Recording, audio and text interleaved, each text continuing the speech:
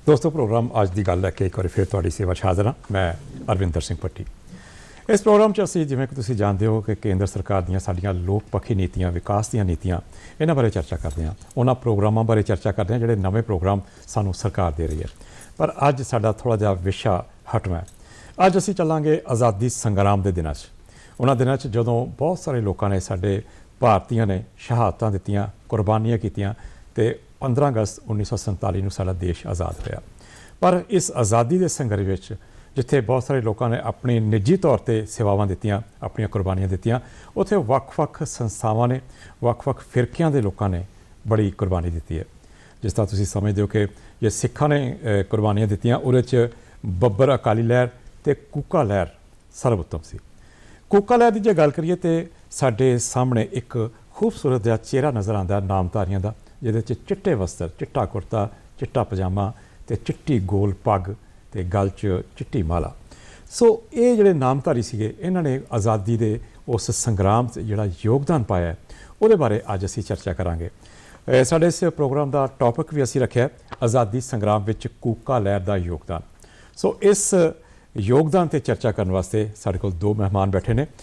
सरदार हरपाल सिंह जी सेवक ने, ये PRO ने, नामधारी समाज भैणी साहब दे, सतयुग मैगजीन जिहड़ा चलदा है उहदे संपादकी मंडल च भी ने। हरपाल सिंह जी तुहाडा बहुत बहुत स्वागत है। थैंक यू जी।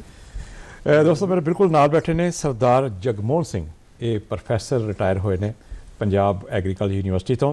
ते सब तो वड्डी ते सत्कारयोग गल ये है कि ये शहीद आज़म सरदार भगत सिंह दे भांजे ने। प्रोफैसर साहब तुहाडा बहुत बहुत स्वागत है। सब तो पहला चर्चा शुरू करते हैं तो सब तो पहला सवाल भी मैं सरदार हरपाल सिंह सेवक होना पूछांगा। सेवक साहब, नामधारी वर्ड असी सारे ने सुनिया, सारे जानते हैं। नामधारी शब्द तो कूका शब्द कित्थों आया, किद्दां ये नामधारी कूके बन गए, ये बारे थोड़ा सानूं चानना पाओ। भट्टी साहब, नामधारी शब्द सतगुरु राम सिंह जी वेले प्रचलित होया जी। उन्होंने 1857 की विसाखी नूं गदर तो भी सवा महीना पहलों जी श्री भैणी साहब पंज ਸਿੰਘਾਂ ਨੂੰ ਅੰਮ੍ਰਿਤ ਛਕਾ ਕੇ जी ਤਕੋਣਾ ਸਫੈਦ ਝੰਡਾ ਝੁਲਾਇਆ जी ਤੇ ਉਹਨਾਂ ਨੇ ਇੱਕ ਕਿਸਮ ਦਾ ਗੁਰੂ ਗੋਬਿੰਦ ਸਿੰਘ ਦੀ ਸਿੱਖੀ ਨੂੰ ਰਿਵਾਈਵ ਕਰਨ ਲਈ ਕੀਤਾ, जी ਖਾਲਸਾ ਪੰਥ ਨੂੰ ਰਿਵਾਈਵ ਕਰਨ ਲਈ। जी ਉਹਨਾਂ ਦਾ ਉਦੇਸ਼ ਸੀ ਕਿ ਜੇ ਸਿੱਖ ਜਿਹੜਾ ਹੈ ਉਹ ਆਪਣੇ ਕਿਰਦਾਰ ਵਿੱਚ ਪੱਕਾ ਹੋਏਗਾ, जी ਉਹ ਵਿਰਸੇ ਨਾਲ ਜੁੜਿਆ ਹੋਏਗਾ, ਨਾਮ ਤੇ ਬਾਣੀ ਨਾਲ ਜੁੜਿਆ ਹੋਏਗਾ, ਉਹਨੂੰ ਕੋਈ ਗੁਲਾਮ ਨਹੀਂ ਰੱਖ ਸਕੇਗਾ। जी ਇਸ ਕਰਕੇ ਉਹਨਾਂ ਨੇ ਸੰਤ ਖਾਲਸਾ ਸਾਜਿਆ। जी ਉੱਚ ਸੰਤ ਵੀ ਹੋਵੇ, ਸੰਤ ਤੇ ਸਿਪਾਹੀ ਦਾ ਭਾਵ ਹੈ ਸੰਤ ਖਾਲਸਾ। जी ਨਾਮ ਜਪਣ ਕਰਕੇ, ਕਿਉਂਕਿ ਅਕਾਲ ਪੁਰਖ ਦੇ ਨਾਮ ਨਾਲ ਜੋੜਿਆ, जी ਇਹ ਨਾਮਧਾਰੀ ਸ਼ਬਦ ਪ੍ਰਚਲਿਤ ਹੋਇਆ। जी ਗਿਆਨੀ ਗਿਆਨ ਸਿੰਘ ਜੀ ਪੰਥ ਪ੍ਰਕਾਸ਼ ਦੇ ਕਰਤਾ ਲਿਖਦੇ ਨੇ, ਸਹੀ ਨਾਮ ਨਾਮਧਾਰੀ जी ਆਹੇ ਤਿਨ ਕਾ ਉਦਾਰੀ, ਕੂਕ ਮਾਰਨੇ ਤੇ ਕੂਕੇ ਜਗਤ ਬਖਾਨ ਹੈ। जी ਕੂਕ ਮਾਰਨੇ ਤੇ ਭਾਵ ਕਿ ਉਸ ਵੇਲੇ ਗੁਰੂ ਗੋਬਿੰਦ ਸਿੰਘ ਨੇ ਹੋਲੀ ਤੋਂ ਹੋਲਾ ਕੀਤਾ ਸੀ। जी ਗੁਰੂ ਰਾਮ ਸਿੰਘ ਨੇ ਹੋਲੇ ਦੇ ਨਾਲ ਹੱਲੇ ਦਾ ਕੀਰਤਨ ਸ਼ੁਰੂ ਕੀਤਾ। जी ਢੋਲਕ ਛੈਣਿਆਂ ਨਾਲ ਪੰਚਮ ਸੁਰਾਂ ਤੇ ਹੱਲੇ ਦਾ ਕੀਰਤਨ ਕਰਨਾ, ਉਹਨੂੰ ਹੱਲੇ ਦਾ ਕੀਰਤਨ ਆਖਿਆ ਗਿਆ। ਹੱਲਾ ਹਮਲਾ ਕਰਨਾ, ਇੱਕ ਵੀਰ ਰਸੀ, ਇੱਕ ਵੈਰਾਗ ਰਸੀ ਕੀਰਤਨ। जी ਉਹ ਕੀਰਤਨ ਉੱਚੀਆਂ ਸੁਰਾਂ ਵਿੱਚ ਕਰਨ ਕਰਕੇ ਉਹਨੂੰ ਇੱਕ ਕਿਸਮ ਦਾ ਕਿਹਾ ਜਾਂਦਾ ਸੀ ਇਹ ਕੂਕੇ ਕੂਕਦੇ ਨੇ, जी ਤੇ ਇਹ ਕੂਕਾ ਸ਼ਬਦ ਪ੍ਰਚਲਿਤ ਹੋਇਆ। जी ਅੰਗਰੇਜ਼ੀ ਡਾਕੂਮੈਂਟ ਵਿੱਚ ਜਾਂ ਫਰੀडम ਸੰਘਰਸ਼ ਵਾਲੀ ਜਿਹੜੀ ਲਹਿਰ ਹੈ ਉਹ ਕੂਕਾ ਸ਼ਬਦ ਹੈ, ਕੂਕਾ ਅੰਦੋਲਨ, ਕੂਕਾ ਮੂਵਮੈਂਟ। जी ਇੱਕ ਸਮਾਜਿਕ ਲਹਿਰ ਜਿਹੜੀ ਹੈ ਉਹ ਸੰਤ ਖਾਲਸੇ ਨੂੰ ਨਾਮਧਾਰੀ ਸ਼ਬਦ ਮਿਲਿਆ। ਨਾਮਧਾਰੀ जी ਖਾਲਸਾ, ਸੰਤ ਖਾਲਸਾ, ਨਾਮਧਾਰੀ ਕੂਕਾ ਇੱਕੋ ਸ਼ਬਦ ਦੀ ਵਿਆਖਿਆ ਨੇ, ਇੱਕੋ ਫਿਲਾਸਫੀ ਦੀ ਵਿਆਖਿਆ ਨੇ। जी दोस्तों इस गल चों एक गल बड़ी सामने आई है कि असी आम तौर पर किताबां 'ਚ ਇਹੀ पढ़ते रहे हैं कि ਜਿਹੜਾ आज़ादी का गदर, ਜਿਹੜੀ ਪਹਿਲਾ ਆਜ਼ਾਦੀ ਦਾ ਮੂਵਮੈਂਟ ਉਹ 1857 ਦੇ ਗਦਰ ਤੋਂ ਸ਼ੁਰੂ ਹੋਈ ਸੀ। ਪਰ ਸੇਵਕ ਸਾਹਿਬ ਨੇ ਦੱਸਿਆ ਕਿ ਕੂਕਾ ਜਿਹੜੀ ਲਹਿਰ ਹੈ ਉਹ ਉਸ ਤੋਂ ਵੀ ਕੁਝ ਦੇਰ ਪਹਿਲਾਂ ਰਾਮ ਸਿੰਘ ਉਹਨਾਂ ਨੇ ਸ਼ੁਰੂ ਕਰ ਦਿੱਤੀ ਸੀ।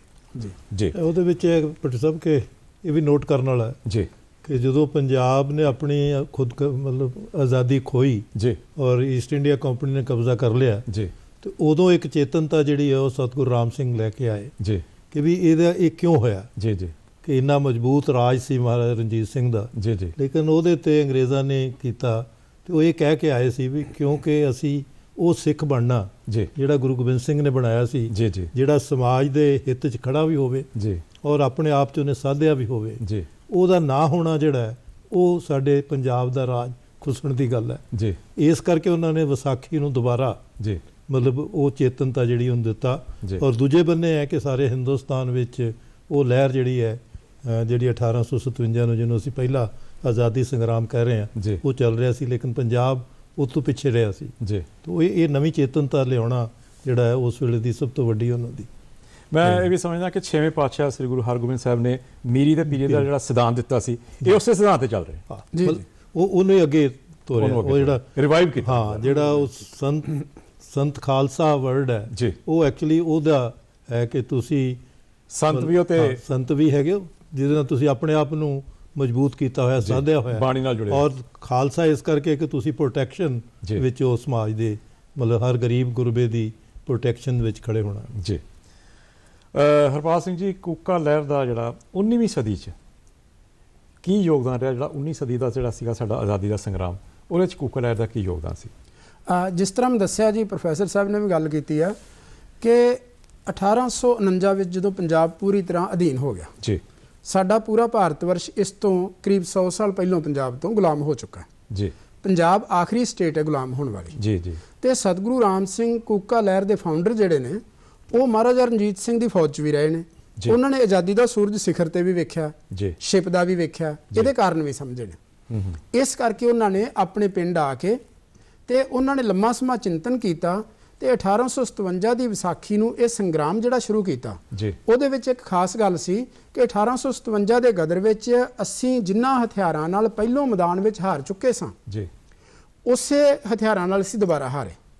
ਸਤਿਗੁਰੂ ਜੀ ਨੇ ਇਹ ਵੇਖਿਆ ਕਿ ਇਹ ਇੱਕ ਵਪਾਰੀ ਕੌਮ ਹੈ। ਉਹਨਾਂ ਨੇ ਨਾਨ ਕੋਆਪਰੇਸ਼ਨ ਬਾਈਕਾਟ ਦਾ ਜਿਹੜਾ ਸੰਕਲਪ ਦਿੱਤਾ, ਸਵਦੇਸ਼ੀ ਦਾ ਸੰਕਲਪ ਦਿੱਤਾ, ਅਸਹਿਯੋਗ ਦਾ ਸੰਕਲਪ ਦਿੱਤਾ। ਉਹ ਆਜ਼ਾਦੀ ਦੀ ਲੜਾਈ ਦਾ ਇੱਕ ਵੱਖਰਾ ਸੰਕਲਪ ਸੀ ਜਿਹੜਾ ਕਿ ਇਸ ਤੋਂ ਪਹਿਲਾਂ ਇਤਿਹਾਸ ਵਿੱਚ ਕਿਤੇ ਨਹੀਂ ਮਿਲਦਾ। ਐਨਸਾਈਕਲੋਪੀਡੀਆ ਬ੍ਰਿਟੈਨਿਕਾ ਵੀ ਇਹ ਮੰਨਦਾ ਹੈ ਗੁਰੂ ਰਾਮ ਸਿੰਘ ਪਹਿਲੇ ਭਾਰਤੀ ਨੇ ਨਾ ਮਿਲਵਰਤਨ ਅਤੇ ਬਾਈਕਾਟ ਨੂੰ ਇੱਕ ਸਿਆਸੀ ਹਥਿਆਰ ਵਜੋਂ ਵਰਤਣ ਵਾਲੇ। ਇਸ ਕਰਕੇ ਉਹਨਾਂ ਨੇ ਇੱਕ ਪਾਸੇ ਨਾ ਮਿਲਵਰਤਨ ਤੇ ਬਾਈਕਾਟ ਸ਼ੁਰੂ ਕੀਤਾ। ਇਹਨਾਂ ਦੀ ਕੋਈ ਚੀਜ਼ ਨਹੀਂ ਵਰਤਣੀ, ਅੰਗਰੇਜ਼ਾਂ ਦੇ ਸਕੂਲਾਂ 'ਚ ਨਹੀਂ ਜਾਣਾ, ਅਦਾਲਤਾਂ 'ਚ ਨਹੀਂ ਜਾਣਾ। ਤੇ ਇਹਦੇ ਨਾਲ ਨਾਲ ਉਹਨਾਂ ਨੇ ਸਵਦੇਸ਼ੀ ਦਾ ਆਪਣਾ ਸਵੈਰਾਜ ਦਾ ਸੰਕਲਪ ਇਹ ਦਿੱਤਾ। ਆਪਣੀਆਂ ਪੰਚਾਇਤਾਂ ਦੀ ਕਾਮੀ ਕੀਤੀ, ਆਪਣੇ ਸੂਬੇ ਥਾਪੇ, ਪੂਰੇ ਪੰਜਾਬ ਨੂੰ 22 ਹਿੱਸਿਆਂ ਵਿੱਚ ਵੰਡ ਕੇ 22 ਸੂਬੇ ਥਾਪੇ ਗਏ। ਤੇ ਉਹਨਾਂ ਦਾ ਪੂਰਾ ਦਾ ਪੂਰਾ ਵੀ ਤੁਸੀਂ ਆਪਣਾ ਕੱਪੜਾ ਵਰਤੋਗੇ, ਆਪਣੀਆਂ ਧਰਮਸ਼ਾਲਾਵਾਂ ਵਿੱਚ ਬੱਚਿਆਂ ਨੂੰ ਪੜ੍ਹਾਓਗੇ। ਨਾ ਮਿਲਵਰਤਨ ਬਾਈਕਾਟ ਦੇ ਨਾਲ ਨਾਲ ਉਹਨਾਂ ਨੇ ਸਵਦੇਸ਼ੀ ਦਾ ਸੰਕਲਪ ਦੇ ਕੇ ਤੇ 1857 ਦੀ ਵਿਸਾਖੀ ਤੋਂ ਲੈ ਕੇ 1871 ਤੱਕ ਜਿਹੜਾ ਹੈ ਇਹਦੇ ਵਿੱਚ ਵਾਰ-ਵਾਰ ਸਤਿਗੁਰੂ ਜੀ ਨੂੰ ਕਦੇ ਭੈਣੀ ਸਾਹਿਬ ਨਜ਼ਰਬੰਦ ਕਰ ਦਿੱਤਾ ਜਾਂਦਾ। 1863 ਵਿੱਚ ਉਹਨਾਂ ਨੇ ਆਨੰਦ ਕਾਰਜ, ਸਮੂਹਿਕ ਆਨੰਦ ਕਾਰਜ ਸ਼ੁਰੂ ਕੀਤੇ। ਉਹਨਾਂ ਨੂੰ ਸ੍ਰੀ ਭੈਣੀ ਸਾਹਿਬ ਨਜ਼ਰਬੰਦ ਕਰ ਦਿੱਤਾ ਗਿਆ। 4 ਸਾਲ ਭੈਣੀ ਸਾਹਿਬੋਂ ਬਾਹਰ ਨਹੀਂ ਜਾਣ ਦਿੱਤਾ। 67 ਵਿੱਚ ਉਹਨਾਂ ਨੇ ਹੋਲਾ ਮਹੱਲਾ ਆਨੰਦਪੁਰ ਕੀਤਾ।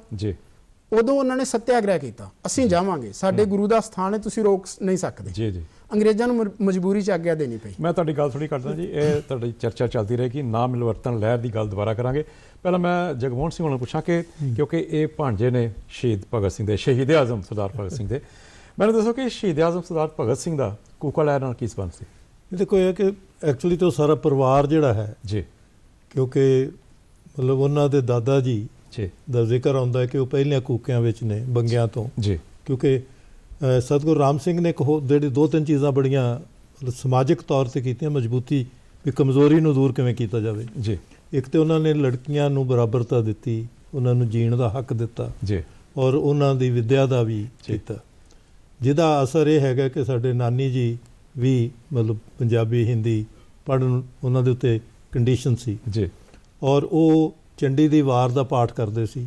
ਕਿਉਂਕਿ ਇਹ ਵੀ ਸਤਿਗੁਰੂ ਰਾਮ ਸਿੰਘ ਹੋਣਾ ਦਾ ਸੀ ਕਿ ਜੇ ਤੁਸੀਂ ਸਮਾਜ ਦੇ ਹਿੱਤ 'ਚ ਖੜੇ ਹੋਣਾ ਔਰ ਇਹ ਗੁਰੂ ਗੋਬਿੰਦ ਸਿੰਘ ਦੇ ਉਸ ਸੰਕਲਪ 'ਚੋਂ ਆਇਆ ਕਿ ਜੋ ਸਾਧ ਕਰਮ ਕਰਿਹਨ ਤੇ ਦੇਵਤਾ ਕਹਾਇਨ, ਜੋ ਕੁਕਰਮ ਕਰਿਹਨ ਤੇ ਦਾਨਵ ਕਹਾਇਨ। ਕਿ ਇਹ ਦੇਵਤਾ ਦਾਨਵ ਸ਼ਕਤੀਆਂ ਦੀ ਲੜਾਈ ਹੈ ਤੇ ਉਹਨੂੰ ਮਜ਼ਬੂਤ ਕਰਨ ਲਈ ਤੁਹਾਨੂੰ ਮਤਲਬ ਚੰਡੀ ਦੀ ਵਾਰ ਦਾ ਇਹਦਾ ਮਤਲਬ ਸਤਿਗੁਰੂ ਰਾਮ ਸਿੰਘ ਬਹੁਤ ਵੱਡੇ ਸਮਾਜ ਸੁਧਾਰਕ ਸੀ। ਬਿਲਕੁਲ ਸਮਾਜ ਉਹ ਹੈ ਕਿ ਉਹਦੇ ਤੋਂ ਬਗੈਰ ਤੁਸੀਂ ਏਡੀ ਵੱਡੀ ਫੌਜ ਲੋਕਾਂ ਦੇ ਮਜ਼ਬੂਤ ਇਰਾਦੇ ਵਾਲੀ ਖੜੀ ਨਹੀਂ ਕਰ ਸਕਦੇ ਔਰ ਇਹੀ ਉਹਨਾਂ ਤੋਂ ਸਮਝਣ ਦੀ ਗੱਲ ਹੈ। ਫਿਰ ਉਹ ਤੋਂ ਬਾਅਦ ਉਹਨਾਂ ਨੇ ਜਿਹੜਾ ਮਤਲਬ ਸਾਹਿਬ ਭਗਤ ਸਿੰਘ ਉਹਨਾਂ ਦੇ, ਜਦੋਂ ਮੈਂ ਤੁਹਾਨੂੰ ਦੱਸਿਆ ਵੀ ਦਾਦਾ ਜੀ ਦਾ ਉਹਦੇ 'ਚ ਆਉਂਦਾ ਹੈ ਔਰ ਮੈਂ ਇਹ ਵੀ ਮਹਿਸੂਸ ਕਰਦਾ ਕਿ ਮੇਰੇ ਮਦਰ ਦਾ ਬਚਣਾ ਵੀ ਉਹ ਉਸ ਸੱਭਿਆਚਾਰ ਦਾ ਹਿੱਸਾ ਸੀ ਵੀ ਉਹਦੇ 'ਤੇ ਉਹਨਾਂ ਦੇ ਦਾਦਾ ਜੀ ਦੀ ਬਕਾਇਦਾ ਮਤਲਬ ਬਹਿਸ ਹੋਈ ਕਿਉਂਕਿ ਉਹ ਬਚਿਆ ਇੱਦਾਂ ਕਿ ਕਿਸੇ ਨੇ ਭਗਤ ਸਿੰਘ ਨੂੰ ਪੁੱਛਿਆ ਕਿ ਹੈ ਭਗਤ ਸਿੰਘ ਤੇਰੇ ਭੈਣ ਆ ਗਈ ਹੈ? ਉਹ ਕਹਿੰਦੇ ਕੀ ਫਰਕ ਪੈਂਦਾ, ਚਾਰ ਆਨੇ ਹੋਏ ਤੇ ਅੰਦਰ ਵੜ ਕੇ ਵਿਆਹ ਲਾਂਗੇ, ਰੁਪਈਆ ਹੋਇਆ ਤੇ ਕੋਠੇ ਤੇ ਚੜ੍ਹ ਕੇ ਵਿਆਹ ਲਾਂਗੇ, ਭੈਣ ਦਾ ਕੀ ਭਾਰ ਹੈ।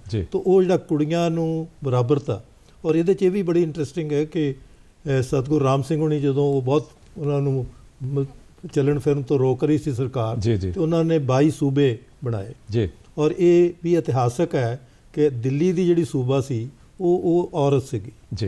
ਤਾਂ ਇਹ ਇਸ ਕਰਕੇ ਉਹਨਾਂ ਨੇ ਬਰਾਬਰਤਾ ਵਿੱਚ ਜਿਹੜਾ ਲਿੰਗ ਕੁਐਸਚਨ ਅੱਜ ਤੱਕ ਅਸੀਂ ਸੋਲਵ ਨਹੀਂ ਕੀਤਾ, ਉਹਨਾਂ ਨੇ ਉਦੋਂ ਵੀ ਕੀਤਾ। ਫਿਰ ਉਹ ਤੋਂ ਬਾਅਦ ਹੈ ਕਿ ਵੀ ਇਹ ਜਿਹੜਾ ਸੱਭਿਆਚਾਰ ਹੈ, ਮਤਲਬ ਜਿਹਦੇ ਵਿੱਚੋਂ ਮਤਲਬ ਭਗਤ ਸਿੰਘ ਦਾ ਆਪਣਾ ਬਣਨਾ, ਇਸੇ ਕਰਕੇ ਭਗਤ ਸਿੰਘ ਉਹ ਤੋਂ ਇੰਨੇ ਪ੍ਰੇਰਕ ਸੀ ਕਿ ਜਦੋਂ ਪਹਿਲੀ ਵਾਰੀ, ਕਿਉਂਕਿ ਇੱਥੇ ਬੈਨ ਲੱਗ ਗਿਆ ਔਰ ਜਲਿਆਂਵਾਲੇ ਬਾਗ ਤੋਂ ਬਾਅਦ ਅੰਗਰੇਜ਼ ਨੇ ਆਪਣੇ ਉਸ ਧੋਣ ਵਾਸਤੇ ਫਿਰ ਉਹਨਾਂ ਨੇ ਕੁਝ ਲੋਕਾਂ ਨੂੰ ਜੇਲ੍ਹਾਂ 'ਚੋਂ ਛੱਡਿਆ ਵੀ, ਔਰ ਉਦੋਂ ਇਹਨਾਂ ਤੋਂ ਬੈਨ ਹਟਿਆ। ਤੇ ਜਿਹੜੀ ਸਭ ਤੋਂ ਵੱਡੀ ਕਾਨਫਰੰਸ ਮੁਠੱਡੇ ਉਹ ਵੀ ਜਨਵਰੀ 'ਚ 1921 'ਚ ਹੋਈ। ਤੇ ਉਦੋਂ ਸਭ ਕਿਸ਼ਨ ਸਿੰਘ ਆਪਣੇ ਬੇਟੇ ਭਗਤ ਸਿੰਘ ਨੂੰ 14 ਸਾਲਾਂ ਦੇ ਨਾਲ ਲੈ ਗਏ, ਔਰ ਉਹਦੇ 'ਚ ਰਿਕਾਰਡਡ ਹੈ ਕਿ ਭਗਤ ਸਿੰਘ ਉਹਨਾਂ ਨੇ ਉਦੋਂ ਵੀ ਉੱਥੇ ਸਪੀਚ ਦਿੱਤੀ। ਤਾਂ ਇਹਦਾ ਮਤਲਬ ਹੈ ਕਿ ਉਸ ਇਨਫਲੂਐਂਸ ਨੂੰ ਉਹ ਇੰਟਰਨਲਾਈਜ਼ ਵੀ ਕਰ ਰਹੇ ਸੀ, ਉਹਨਾਂ ਵੈਲਿਊਜ਼ ਨੂੰ। ਤਾਂ ਇਹ ਇਸ ਕਰਕੇ ਮੈਂ ਸਮਝਦਾ ਕਿ, ਔਰ ਦੂਜਾ ਇੱਕ ਮਤਲਬ ਮੈਂ ਹਰਪਾਲ ਸਿੰਘ ਦਾ ਜ਼ਿਕਰ ਕਰ ਰਿਹਾ ਸੀ ਕਿ ਕਰਤਾਰ ਸਿੰਘ ਸਰਾਭਾ ਅਗਰ ਐਡੇ ਵੱਡੇ ਇਨਕਲਾਬੀ ਬਣੇ, ਉਹਦੇ ਵਿੱਚ ਵੀ ਕੂਕਾ ਮੂਵਮੈਂਟ ਦਾ ਅਸਰ ਹੈ, ਕਿਉਂਕਿ ਉਹਨਾਂ ਦੇ ਮਦਰ ਉਹਨਾਂ ਪਿੰਡਾਂ ਤੋਂ ਆਏ ਸੀ ਜਿਹਦੇ ਵਿੱਚ ਕੁੜੀਆਂ ਨੂੰ ਪੜ੍ਹਨ ਦਾ, ਔਰ ਕੂਕਾ ਮੂਵਮੈਂਟ ਦੇ ਪਿੰਡ ਨੇ ਮਤਲਬ ਇਹ ਸਾਰੇ। ਔਰ ਉਹ ਉਹਨਾਂ ਨੇ, ਮੈਂ ਕਿਹਾ ਉਹਨਾਂ ਨੂੰ ਵੀ ਉਹ ਸੰਕਲਪ ਦਿੱਤਾ ਕਿ ਤੁਸੀਂ ਸਮਾਜ ਦੇ ਹਿੱਤ ਵਿੱਚ ਲੋਕਾਂ ਲਈ ਕਿਵੇਂ ਲੜਨਾ, ਔਰ ਉਹ ਆਜ਼ਾਦੀ ਦਾ ਸੰਕਲਪ ਜਿਹੜਾ ਉਹ ਉਹਦੇ ਵਿੱਚ ਪਿਆ ਹੋਇਆ। ਹਰਪਾਲ ਸਿੰਘ ਜੀ, ਤੁਸੀਂ ਜ਼ਿਕਰ ਕਰ ਰਹੇ ਸੀ ਕਿ ਨਾਮ ਮਿਲਵਰਤਨ ਲਹਿਰ ਦਾ, ਜਿਹੜੀ ਉਸ ਸਮੇਂ ਬਾਬਾ ਰਾਮ ਸਿੰਘ ਹੋਰਾਂ ਨੇ ਕੀਤੀ, ਤੇ ਤੁਸੀਂ ਪਹੁੰਚੇ ਸੀ ਅਨੰਦਪੁਰ ਸਾਹਿਬ, ਉਹਨਾਂ ਨੇ ਹੋਲਾ ਮਨਾਇਆ, ਉਸ ਤੋਂ ਬਾਅਦ ਦੱਸੋ। ਅਨੰਦਪੁਰ ਸਾਹਿਬ 1867 ਤੋਂ ਲੈ ਕੇ 1863 ਤੋਂ ਲੈ ਕੇ 67 ਤੱਕ ਜਦੋਂ ਨਜ਼ਰਬੰਦੀ ਰਹੀ ਹੈ, ਉਹਨਾਂ ਨੇ ਸੱਤਿਆਗ੍ਰਹਿ ਕਰਕੇ ਉਹ ਤੋੜੀ। ਉਸ ਤੋਂ ਬਾਅਦ 71 ਤੱਕ ਹੋਲੇ ਮਹੱਲੇ ਹੁੰਦੇ ਰਹੇ, ਦੀਵਾਲੀ ਤੇ ਵੀ ਗਏ ਅੰਮ੍ਰਿਤਸਰ, ਇੱਥੇ ਵੀ ਰੋਕਣ ਦੀ ਕੋਸ਼ਿਸ਼ ਕੀਤੀ ਅੰਗਰੇਜ਼ਾਂ ਨੇ। ਪਰ 1871-72 ਦਾ ਸਮਾਂ ਜਿਹੜਾ ਸ਼ਹੀਦੀ ਸਾਕਿਆਂ ਦਾ ਸਮਾਂ, ਅੰਮ੍ਰਿਤਸਰ ਸ਼ਹੀਦੀ ਸਾਕੇ ਹੁੰਦਾ, 5 ਸਿੰਘ ਉੱਥੇ ਸ਼ਹੀਦ ਹੁੰਦੇ ਨੇ, ਜਿਹੜਾ ਸਮਾਰਕ ਬਣਿਆ। ਰਾਏਕੋਟ 3 ਸਿੰਘ ਸ਼ਹੀਦ ਹੁੰਦੇ ਨੇ ਨਾਮਧਾਰੀ, 2 ਲੁਧਿਆਣੇ ਸ਼ਹੀਦ ਹੁੰਦੇ ਨੇ, 66 ਨਾਮਧਾਰੀ ਤੋਪਾਂ ਨਾਲ 1872 ਮਲੇਰਕੋਟਲੇ ਸ਼ਹੀਦ ਹੁੰਦੇ ਨੇ, ਜਿਹੜਾ ਹੁਣੇ 17-18 ਜਨਵਰੀ ਨੂੰ ਮਨਾਇਆ ਗਿਆ।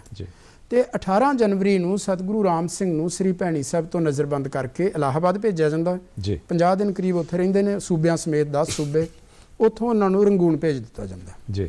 ਮੇਰਾ ਕਹਿਣ ਤੋਂ ਭਾਵ ਕਿ ਇਹ ਸਮਾਂ ਜਿਹਦੇ ਵਿੱਚ ਇਹ 2 ਸਾਲਾਂ ਦੇ ਵਿੱਚ 71-72 ਵਿੱਚ ਸਾਕੇ ਹੁੰਦੇ ਨੇ, ਨਜ਼ਰਬੰਦੀ ਹੁੰਦੀ, ਸਤਿਗੁਰੂ ਜੀ ਦੀ ਜਲਾਵਤਨੀ ਹੋ ਜਾਂਦੀ ਆ, ਤੇ ਸ੍ਰੀ ਭੈਣੀ ਸਾਹਿਬ ਪੁਲਿਸ ਚੌਂਕੀ ਬਿਠਾਈ ਜਾਂਦੀ ਆ। ਸਾਰੇ ਨਾਮਧਾਰੀ ਮੂਵਮੈਂਟ ਨੂੰ ਜੁਰਾਇਮ ਪੇਸ਼ਾ ਕਰਾਰ ਦਿੱਤਾ ਜਾਂਦਾ, ਕਿਤੇ ਉਹਨਾਂ ਨੂੰ ਇਕੱਠਿਆਂ ਨਹੀਂ ਹੋਣ ਦਿੱਤਾ ਜਾਂਦਾ, ਸਤਸੰਗ ਨਹੀਂ ਕਰਨ ਦਿੱਤਾ ਜਾਂਦਾ। ਭੈਣੀ ਸਾਹਿਬ ਆਉਣਗੇ, 5 ਸਿੰਘ ਇੱਕ ਦਿਨ ਆਉਣਗੇ, ਫਿਰ 6 ਮਹੀਨੇ ਫਿਰ ਨਹੀਂ ਆ ਸਕਦੇ। ਇਹ ਸਖਤੀਆਂ 50 ਸਾਲ ਰਹੀਆਂ ਨਾਮਧਾਰੀ ਮੂਵਮੈਂਟ, ਨਾਮਧਾਰੀ ਲਹਿਰ। ਤੇ ਇਹਨਾਂ ਸਖਤੀਆਂ ਦੇ ਬਾਵਜੂਦ ਇਹ ਲਹਿਰ ਲਗਾਤਾਰ ਜਾਰੀ ਰਹੀ, ਸਰਗਰਮ ਰਹੀ ਆਜ਼ਾਦੀ ਸੰਗਰਾਮ ਵਿੱਚ। ਮੇਰਾ ਕਹਿਣ ਤੋਂ ਭਾਵ ਕਿ 1857 ਤੋਂ ਸ਼ੁਰੂ ਹੋਈ ਤੇ 1947 ਤੱਕ 90 ਸਾਲ ਪੂਰਾ ਸਮਾਂ ਲਗਾਤਾਰ ਸਰਗਰਮ ਰਹੀ ਆਜ਼ਾਦੀ ਵਿੱਚ, ਇੰਨੇ ਤਸ਼ੱਦਦ ਸਹਿੰਦਿਆਂ ਹੋਇਆਂ ਵੀ। ਇੱਕ ਬੜੀ ਹੀ ਵੱਡੀ ਗੱਲ ਹੈ ਕਿ ਜਿੱਥੇ ਸਤਿਗੁਰੂ ਰਾਮ ਸਿੰਘ ਜੀ ਨੂੰ ਰੰਗੂਨ ਵਿੱਚ ਬੰਗਲੇ ਵਿੱਚ ਰੱਖਿਆ ਗਿਆ, ਉੱਥੇ ਬਹਾਦਰ ਸ਼ਾਹ ਜ਼ਫਰ ਨੂੰ ਰੱਖਿਆ ਗਿਆ ਸੀ, ਮੁਗਲਿਆ ਹਕੂਮਤ ਦਾ ਆਖਰੀ ਬਾਦਸ਼ਾਹ, ਬਾਬਰ ਦੀ 14ਵੀਂ ਪੀੜ੍ਹੀ। ਅੰਗਰੇਜ਼ਾਂ ਨੂੰ ਉਹਨਾਂ ਡਰ ਬਾਬਰ ਉਹਦੇ ਤੋਂ ਬਹਾਦਰ ਸ਼ਾਹ ਜ਼ਫਰ ਤੋਂ ਨਹੀਂ ਸੀ ਜਿੰਨਾ ਗੁਰੂ ਰਾਮ ਸਿੰਘ ਤੋਂ ਸੀ, ਕਿਉਂਕਿ ਬਹਾਦਰ ਸ਼ਾਹ ਜ਼ਫਰ ਨਾਲ ਕਿਸੇ ਨੇ ਉਦੋਂ ਬਾਅਦ ਸੰਪਰਕ ਨਹੀਂ ਕੀਤਾ, ਉਹਨੇ ਦੇਸ਼ ਨਾਲ ਕੋਈ ਸੰਪਰਕ ਨਹੀਂ ਕਰ ਸਕਿਆ। ਕੁਝ ਸਾਲ ਉਹਨੇ 3-4 ਸਾਲ ਮਸਾਂ ਪੂਰੇ ਕੀਤੇ ਉੱਥੇ। ਸਤਿਗੁਰੂ ਰਾਮ ਸਿੰਘ ਵਾਸਤੇ ਇੰਨੀਆਂ ਸਖਤੀਆਂ ਹੋਣ ਦੇ ਬਾਵਜੂਦ ਉਹਨਾਂ ਕੋਲੇ ਭੇਸ ਬਦਲ ਕੇ ਲੋਕੀ ਸਿੱਖ ਜਾ ਰਹੇ ਨੇ, ਇੱਥੋਂ ਦੀਆਂ ਸਾਰੀਆਂ ਇਨਫੋਰਮੇਸ਼ਨ ਉਹਨਾਂ ਨੂੰ ਦਿੰਦੇ ਨੇ, ਉੱਥੋਂ ਦੇ ਹੁਕਮਨਾਮੇ ਲਿਆਉਂਦੇ ਨੇ, ਕਈ ਫੜੇ ਜਾਂਦੇ ਨੇ, ਜੇਲ੍ਹਾਂ ਭੁਗਤਦੇ ਨੇ।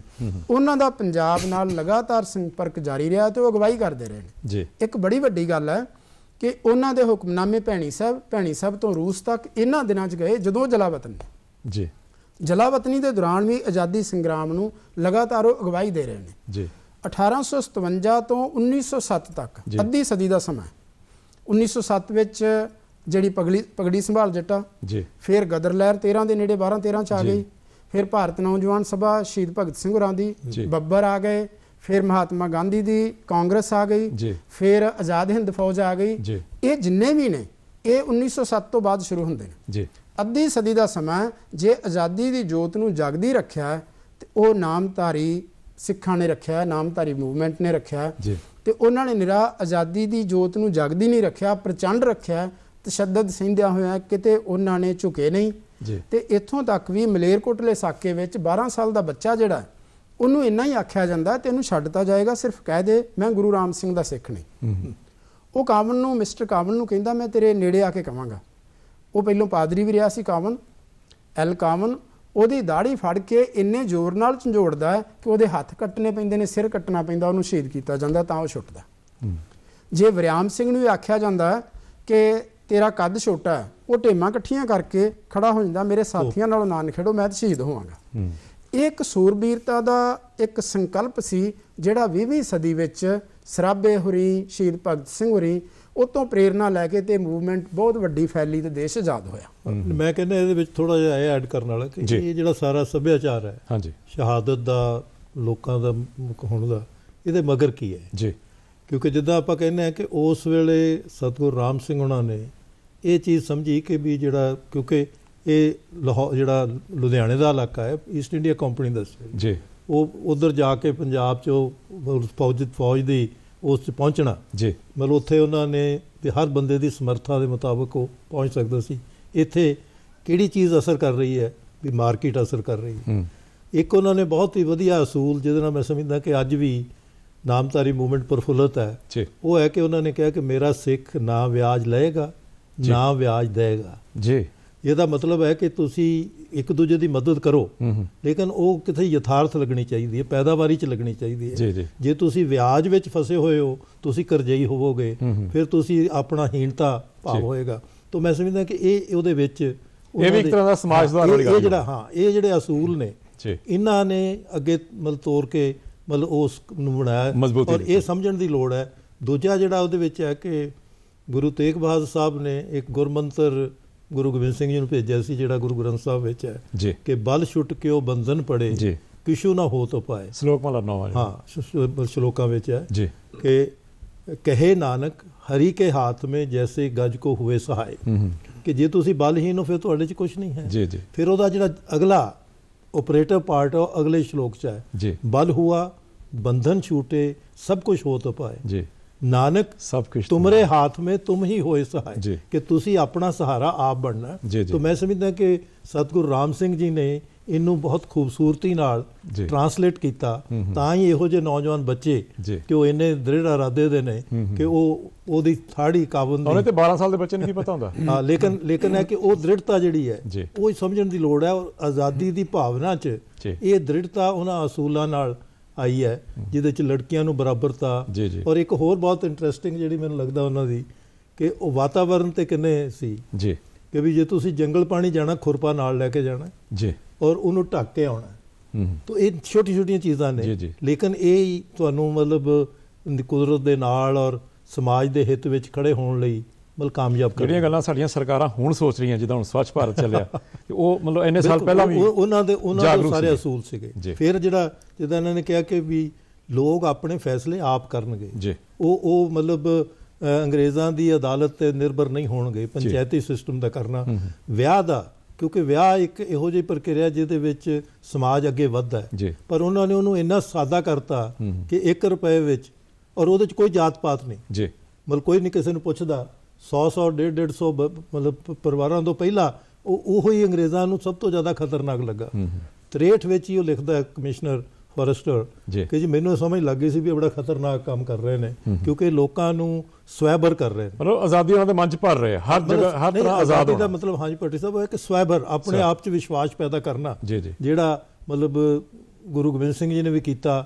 ਇਸੇ ਕਰਕੇ ਉਹ 10ਵੇਂ ਗ੍ਰੰਥ ਨੂੰ ਸਭ ਤੋਂ ਜ਼ਿਆਦਾ ਅਹਿਮੀਅਤ ਜਿਹੜੀ ਦਿੱਤੀ ਜਾਂਦੀ ਹੈ ਕਿ ਗੁਰੂ ਗ੍ਰੰਥ ਸਾਹਿਬ ਆਤਮਕ ਹੈ, ਲੇਕਿਨ ਉਹਦਾ ਅਗਲਾ ਹਿੱਸਾ ਜਿਹੜਾ ਕਿ ਤੁਸੀਂ ਆਪਣੇ ਆਪ ਨੂੰ। ਔਰ ਇਹ ਗੱਲ ਭਗਤ ਸਿੰਘ ਉਹਨਾਂ ਨੇ ਵੀ ਲੱਭੀ ਕਿ ਵੀ ਜਿਹੜਾ ਜਦੋਂ ਮਤਲਬ ਨਨਕਾਣਾ ਸਾਹਿਬ ਦਾ ਸਾਕਾ ਹੋਇਆ ਤਾਂ ਉਸ ਤੋਂ ਬਾਅਦ ਭਗਤ ਸਿੰਘ ਉਹਨਾਂ ਨੇ ਖੁਦ ਪੜ੍ਹੀ ਔਰ ਉਹਨਾਂ ਨੇ ਉਹਨੂੰ ਰੀਆਈਟਰੇਟ ਕੀਤਾ ਕਿ ਇਹਦਾ ਮਤਲਬ ਕਿ ਸਾਨੂੰ ਆਪਣੀਆਂ ਕਮਜ਼ੋਰੀਆਂ ਜਿਹੜੀਆਂ ਨੇ, ਜਿੰਨਾ ਚਿਰ ਅਸੀਂ ਉਹਨਾਂ ਤੋਂ ਦੂਰ ਨਹੀਂ ਹੁੰਦੇ ਤਾਂ ਅਸੀਂ ਆਜ਼ਾਦੀ ਵੱਲ ਨੂੰ ਸਿਰਫ ਵਿਦੇਸ਼ੀ ਹਟਾਉਣਾ ਹੀ ਨਹੀਂ। ਅੱਜ ਵੀ ਹੈ ਕਿ ਵੀ ਜੇ ਤੁਸੀਂ ਆਪਣੀਆਂ ਕਮਜ਼ੋਰੀਆਂ ਨੂੰ ਦੂਰ ਨਹੀਂ ਕਰਦੇ ਤੇ ਸਮਾਜ ਜਿਹੜਾ ਹੈ ਉਹ ਮਜ਼ਬੂਤੀ ਵੱਲ ਨਹੀਂ ਜਾਂਦਾ। ਜੀ ਫਿਰ ਸਾਹਿਬ ਜਦੋਂ ਤੁਸੀਂ ਬੋਲ ਰਹੇ ਸੀ ਨਾ ਹੁਣੇ ਤੇ ਹਰਪਾਲ ਸਿੰਘ ਉਹਨਾਂ ਦੇ ਮੈਂ ਹਾਵ ਭਾਵ ਸਮਝ ਕੁਝ ਕਹਿਣਾ ਚਾਹੁੰਦੇ ਨੇ। ਭੱਟੀ ਸਾਹਿਬ ਮੈਂ ਸਿਰਫ ਇਹ ਦੱਸਣਾ ਸੀ ਜਿਸ ਤਰ੍ਹਾਂ ਇਹਨਾਂ ਨੇ ਇਸਤਰੀ ਜਾਤੀ ਬਾਰੇ ਗੱਲ ਕੀਤੀ ਹੈ ਜੀ, ਉਹ ਮੈਂ ਦੱਸਣਾ ਚਾਹੁੰਦਾ ਵੀ ਸਤਿਗੁਰੂ ਰਾਮ ਸਿੰਘ ਨੇ ਨਾ ਮਿਲਵਰਤਨ ਨੂੰ, ਬਾਈਕਾਟ ਨੂੰ ਸਿਰਫ ਆਜ਼ਾਦੀ ਲਈ ਨਹੀਂ ਵਰਤਿਆ, ਸਮਾਜ ਸੁਧਾਰ ਸਮਾਜ ਵਾਸਤੇ ਵਰਤਿਆ। ਉਹਨਾਂ ਨੇ ਹੁਕਮਨਾਮਿਆਂ 'ਚ ਬੜੀ ਸਖਤੀ ਨਾਲ ਲਿਖਿਆ, ਲੜਕੀ ਮਾਰੇ ਕਿ ਵੇਚੇ ਬੱਟਾ ਕਰੇ ਉਸਦੇ ਘਰ ਦਾ ਅੰਨ ਜਲ ਨਹੀਂ ਗ੍ਰਹਿਣ ਕਰਨਾ, ਉਹਨੂੰ ਸੰਗਤ ਨਹੀਂ ਜਿਵੇਂ ਵੜਨ ਦੇਣਾ। ਇਹ ਵੀ ਲਿਖਿਆ ਕੁੜੀ ਦਾ ਮਾਰਨਾ ਗਊ ਤੇ ਵੀ ਬੜਾ ਪਾਪ ਹੈ। ਇਹ ਵੀ ਲਿਖਿਆ ਲੜਕੇ ਲੜਕੀਆਂ ਨੂੰ ਗੁਰਮੁਖੀ ਅੱਖਰ ਪੜਾਉਣੇ ਹੋਸ਼ ਆਉਂਦੀ ਦੇ ਨਾਲ। ਉਹਨਾਂ ਦਿਨਾਂ ਵਿੱਚ ਔਰਤਾਂ ਨੂੰ ਬਰਾਬਰ ਲਿਆ ਕੇ ਖੜਾ ਕਰਨਾ। ਸਰਦਾਰ ਕਪੂਰ ਸਿੰਘ ICS ਉਹਨਾਂ ਨੇ ਸਪਤ ਸ੍ਰਿੰਗ ਵਿੱਚ ਲਿਖਿਆ ਗੁਰੂ ਰਾਮ ਸਿੰਘ ਬਾਰੇ, ਸਤਿਗੁਰੂ ਰਾਮ ਸਿੰਘ ਦੀਆਂ ਬਾਕੀ ਸਾਰੀਆਂ ਗੱਲਾਂ ਨੂੰ ਇੱਕ ਪਾਸੇ ਛੱਡ ਲਈਏ, ਇਸਤਰੀ ਜਾਤੀ ਨੂੰ ਮਰਦ ਦੇ ਬਰਾਬਰ ਲਿਆ ਕੇ ਸਮਾਜ ਵਿੱਚ ਬਰਾਬਰਤਾ ਦੇਣੀ ਉਹਨਾਂ ਨੂੰ ਦੁਨੀਆ ਦੇ ਮਹਾਨ ਸਮਾਜ ਸੁਧਾਰਕਾਂ ਦੀ ਸਫ਼ ਵਿੱਚ ਸਭ ਤੋਂ ਮੋਹਰੇ ਖੜਾ ਕਰਦੇ ਹੈ। ਇਹ ਅਸਲ ਵਿੱਚ ਗੁਰੂ ਨਾਨਕ, ਗੁਰੂ ਗੋਬਿੰਦ ਸਿੰਘ ਦੀ ਜਿਹੜੀ ਗੁਰਮਤ ਫਿਲਾਸਫੀ ਸੀ ਉਹਨੂੰ ਰਿਵਾਈਵ ਕੀਤਾ ਗਿਆ। ਗਿਆਨੀ ਗਿਆਨ ਸਿੰਘ ਜੀ ਨੇ ਇੱਕ ਲਿਖਿਆ, 10ਵੇਂ ਗੁਰੂ ਕੇ ਸਿੰਘ ਸਾਧਕ ਸਹੀ ਹੈ ਸਭ, ਨਾਮਧਾਰੀਆਂ ਬਾਰੇ ਲਾਲਸਾ ਲਲਾਮ ਰਾਜ ਲੈਬੇ ਕੀ ਚੂਕੇ ਹੈ, ਕਿ ਇਹ ਗੁਰੂ ਗੋਬਿੰਦ ਸਿੰਘ ਦੇ ਪੱਕੇ ਸਿੱਖ ਨੇ, ਇਹਨਾਂ ਦਾ ਇੱਕੋ ਇੱਕ ਨਿਸ਼ਾਨਾ ਆਪਣਾ ਰਾਜ ਭਾਗ ਵਾਪਸ ਲੈਣਾ। ਇਹ ਜਿਹੜੀ ਮੂਵਮੈਂਟ ਸ਼ੁਰੂ ਕੀਤੀ ਸੀ ਇਸੇ ਕਰਕੇ ਹੀ ਬਹੁਤ ਪ੍ਰਸਿੱਧ ਹਮਾਯੂੰ ਕਬੀਰ ਜੀ ਨੇ, ਹਿਸਟੋਰੀਅਨ ਨੇ, ਉਹ ਕਹਿੰਦੇ ਨੇ ਸਾਡੀਆਂ ਸਾਰੀਆਂ ਆਜ਼ਾਦੀ ਲਹਿਰਾਂ ਦੀ ਮੂਵਮੈਂਟਸ ਦੀ ਜਨਮਦਾਤੀ ਹੈ ਕੂਕਾ ਮੂਵਮੈਂਟ, ਜਿੱਥੋਂ ਇਹਦਾ ਪੁਨਰ ਸਿਰਜਣਾ ਸ਼ੁਰੂ ਹੁੰਦੀ ਹੈ। ਤੇ ਸਤਿਗੁਰੂ ਰਾਮ ਸਿੰਘ ਨੇ ਖਾਲਸੇ ਦੀ ਪੁਨਰ ਸਿਰਜਣਾ ਕਰਕੇ, ਸਿੱਖੀ ਦੀ ਪੁਨਰ ਸਿਰਜਣਾ ਕਰਕੇ, ਸਮਾਜ ਦਾ ਸੁਧਾਰ ਕਰਕੇ, ਜਿਸ ਤਰ੍ਹਾਂ ਉਹਨਾਂ ਨੇ ਜਿਹੜੇ 2.5 ਸਿੱਖ ਸ਼ੁਰੂ 'ਚ ਉਹਨਾਂ ਨੂੰ ਗੁਰੂ ਗੋਬਿੰਦ ਸਿੰਘ ਦੇ ਪੱਕੇ ਲੱਭੇ, ਉਹਨਾਂ 'ਚ ਇੱਕ ਇਹ ਮੰਨਿਆ ਗਿਆ, ਅੱਧਾ ਉਹਨੂੰ ਤਾਂ ਕਿਹਾ ਕਿਉਂਕਿ ਉਹ ਵਿਆਜ ਲੈਂਦਾ ਸੀ, ਉਹਨੂੰ ਬਾਕੀ ਸਾਰੀ ਮਰਜ਼ਾਦਾ ਪੂਰੀ ਹੁੰਦਿਆਂ ਹੋਵੇ ਉਹਨੂੰ ਅੱਧਾ ਸਿੱਖ ਆਖਿਆ ਕਿਉਂਕਿ ਤੂੰ ਵਿਆਜ ਲੈਣਾ। ਤੇ ਬਹੁਤ ਸਾਰੇ ਵੱਡੇ ਵੱਡੇ ਜਿਹੜੇ ਸ਼ਾਹੂਕਾਰ ਸੀ ਜਦੋਂ ਸਤਿਗੁਰੂ ਰਾਮ ਸਿੰਘ ਦੇ ਸਿੱਖ ਬਣ ਗਏ, ਉਹਨਾਂ ਨੇ ਵਿਆਜ ਲੈਣਾ ਤਾਂ ਛੱਡਿਆ ਹੀ, ਜਿਨ੍ਹਾਂ ਤੋਂ ਲੈਣਾ ਸੀ ਸਰਦਾਰ ਸ਼ਾਮ ਸਿੰਘ ਸਰਿਆਲੀ ਵਾਲੇ, ਉਹਨਾਂ ਨੇ ਸਾਰੀਆਂ ਵਹੀਆਂ ਸੁੱਟ ਕੇ ਲੰਗਰ ਲਾ ਦਿੱਤਾ ਤੇ ਕਿਸੇ ਤੋਂ ਵੀ ਜਿਨ੍ਹਾਂ ਨੂੰ ਕਰਜ਼ਾ ਦਿੱਤਾ ਸੀ ਕਿਸੇ ਤੋਂ ਵਾਪਸ ਨਹੀਂ ਲਿਆ। ਤੇ ਇਸ ਤਰ੍ਹਾਂ ਦੇ ਜਿਹੜੇ ਸ਼ਾਹੂਕਾਰ ਵੀ ਸੀ ਉਹ ਵੀ ਉਦੋਂ ਬਾਅਦ ਭੇਸ ਬਦਲ ਕੇ ਗੁਰੂ ਰਾਮ ਸਿੰਘ ਤੱਕ ਰੰਗੂਨ ਤੱਕ ਗਏ ਤੇ ਇੰਨੇ ਤਸੀਹੇ ਸਹਿਣ ਕੀਤੇ। ਫਿਰ ਸਰ ਤੁਸੀਂ ਹੁਣ ਅਖੀਰ ਤੇ ਦੱਸ ਦਿਓ ਕਿ ਤੁਹਾਡੇ ਹਿਸਾਬ ਨਾਲ ਕਿੰਨਾ ਕੁ ਵੱਡਾ ਯੋਗਦਾਨ ਸੀ ਕੂਕਾ ਲਹਿਰ ਦਾ? ਮੈਂ ਸਮਝਦਾ ਕਿ ਜਿੱਦਾਂ ਇਹਨਾਂ ਨੇ ਕਿਹਾ ਕਿ ਐਕਚੁਅਲੀ ਉਹ ਜਿਹੜਾ 1857 ਦਾ ਉਹ ਮਤਲਬ ਇੱਕ ਕੋਸ਼ਿਸ਼ ਸੀ, ਲੇਕਿਨ ਜਿਹੜਾ ਵੈਲਿਊਜ਼ ਨੂੰ ਗਾਂ ਤੋਰਨਾ ਉਹ ਸਭ ਤੋਂ ਵੱਡੀ ਗੱਲ ਉਹ ਮਤਲਬ ਸਤਿਗੁਰੂ ਰਾਮ ਸਿੰਘ ਹੋਣਾ ਦਾ ਹੈ। ਔਰ ਜਿਨ੍ਹਾਂ ਚੀਜ਼ਾਂ ਨੂੰ ਉਹਨਾਂ ਨੇ ਆਧਾਰ ਬਣਾਇਆ, ਬਾਅਦ ਦੀਆਂ ਸਾਰੀਆਂ ਮੂਵਮੈਂਟਸ ਨੇ ਉਹਨੂੰ ਕਿਸੇ ਨਾ ਕਿਸੇ ਤਰ੍ਹਾਂ ਅਪਣਾਇਆ। ਤਾਂ ਇਸੇ ਕਰਕੇ ਭਗਤ ਸਿੰਘ ਕਹਿੰਦੇ ਨੇ ਕਿ ਉਹ ਮਤਲਬ ਇੱਕ ਉਹ ਕਹਿੰਦੇ ਰਾਜ ਬਦਲਾਊ ਹੁੰਦੇ ਨੇ, ਇੱਕ ਯੁੱਗ ਬਦਲਾਊ ਕਿ ਇਹ ਸਤਿਗੁਰੂ ਰਾਮ ਸਿੰਘ ਦੀ ਜਿਹੜੀ ਮੂਵਮੈਂਟ ਹੈ ਇਹ ਯੁੱਗ ਬਦਲਾਊ ਹੈ, ਇੱਕ ਨਵੀਂ ਵੈਲਿਊਜ਼ ਨੂੰ, ਔਰ ਉਹ ਜਿਹੜੀ ਆਜ਼ਾਦੀ ਦੀ ਭਾਵਨਾ ਹੈ ਜਿਹਨੂੰ ਮਤਲਬ ਕੋਈ ਦਬਾ ਨਹੀਂ ਸਕਿਆ, ਔਰ ਉਹ ਗਾਂ ਕਿਵੇਂ ਪਣਪਦੀ ਰਹੀ ਆਪਾਂ ਉਹ ਸਾਰਾ ਦੇਖਿਆ ਕਿ ਕਿਤੇ ਨਾ ਕਿਤੇ ਉਹ ਸਾਰੀਆਂ ਮੂਵਮੈਂਟਸ ਵਿੱਚ ਜਿਹੜੀਆਂ ਪੰਜਾਬ ਦੀਆਂ ਮੂਵਮੈਂਟਸ ਨੇ ਉਹਨਾਂ 'ਚੋਂ ਬਾਹਰ ਵੀ, ਔਰ ਉਸ ਵੇਲੇ ਵੀ ਉਹਨਾਂ ਨੇ ਰੂਸ ਨਾਲ ਵੀ ਇੰਤਜ਼ਾਮ ਕਰ ਕੀਤਾ ਤਾਂ ਕਿ ਮਤਲਬ ਇੱਕ ਇੰਟਰਨੈਸ਼ਨਲ ਜਿਹੜਾ ਹੈ ਉਹ ਵੀ ਮਤਲਬ ਅਗਰ ਸੇਵਕ ਸਾਹਿਬ ਦੱਸ ਰਹੇ ਸੀ ਬਹੁਤ ਸਾਰੇ ਮੁਲਕਾਂ ਦਾ ਦੌਰਾ ਵੀ ਉਹਨਾਂ ਨੇ ਕੀਤਾ। ਨਹੀਂ ਉਹਨਾਂ ਨੇ ਨਹੀਂ ਕੀਤਾ, ਉਹਨਾਂ ਦੇ ਸਿੱਖ ਗਏ, ਉਹ ਰਿਕਾਰਡਡ ਹੈ ਕਿ ਉਹ ਰਸ਼ੀਆ ਤੱਕ ਵੀ ਗਏ, ਯੂਰਪ ਵਿੱਚ ਵੀ ਗਏ, ਕਿਉਂਕਿ ਉਹ ਜਿਹੜਾ ਸੀ ਕਿ ਵੀ ਤੁਸੀਂ ਇਕੱਲਿਆਂ ਆਪਣੀ ਲੜਾਈ ਨਹੀਂ ਲੜ ਸਕਦੇ, ਤੁਸੀਂ ਸਾਰਿਆਂ ਦੇ ਨਾਲ ਸੰਪਰਕ ਰੱਖ ਕੇ ਹੀ ਲੜਾਈ ਲੜ ਸਕਦੇ ਹੋ, ਔਰ ਇਹੀ ਆਜ਼ਾਦੀ ਦੀ ਭਾਵਨਾ ਹੈਗੀ। ਲਓ ਜੀ, ਅੱਜ ਜਿਹੜੀ ਚਰਚਾ ਅਸੀਂ ਕੀਤੀ ਉਹਦੇ 'ਚ ਦੱਸਿਆ ਗਿਆ ਸਾਡੇ ਹਰਪਾਲ ਸਿੰਘ ਉਹਨਾਂ ਨੇ, ਪ੍ਰੋਫੈਸਰ ਜਗਮੋਹਨ ਸਿੰਘ ਉਹਨਾਂ ਨੇ, ਕਿ ਕੂਕਾ ਲਹਿਰ ਦਾ ਸਾਡੀ ਆਜ਼ਾਦੀ ਦੇ ਸੰਗਰਾਮ 'ਚ ਕੀ ਯੋਗਦਾਨ ਸੀ। ਤੁਸੀਂ ਸਾਡੇ ਸਟੂਡੀਓ 'ਚ ਆਏ ਜੀ, ਤੁਹਾਡਾ ਬਹੁਤ ਬਹੁਤ ਧੰਨਵਾਦ। ਬਹੁਤ ਮਿਹਰਬਾਨੀ।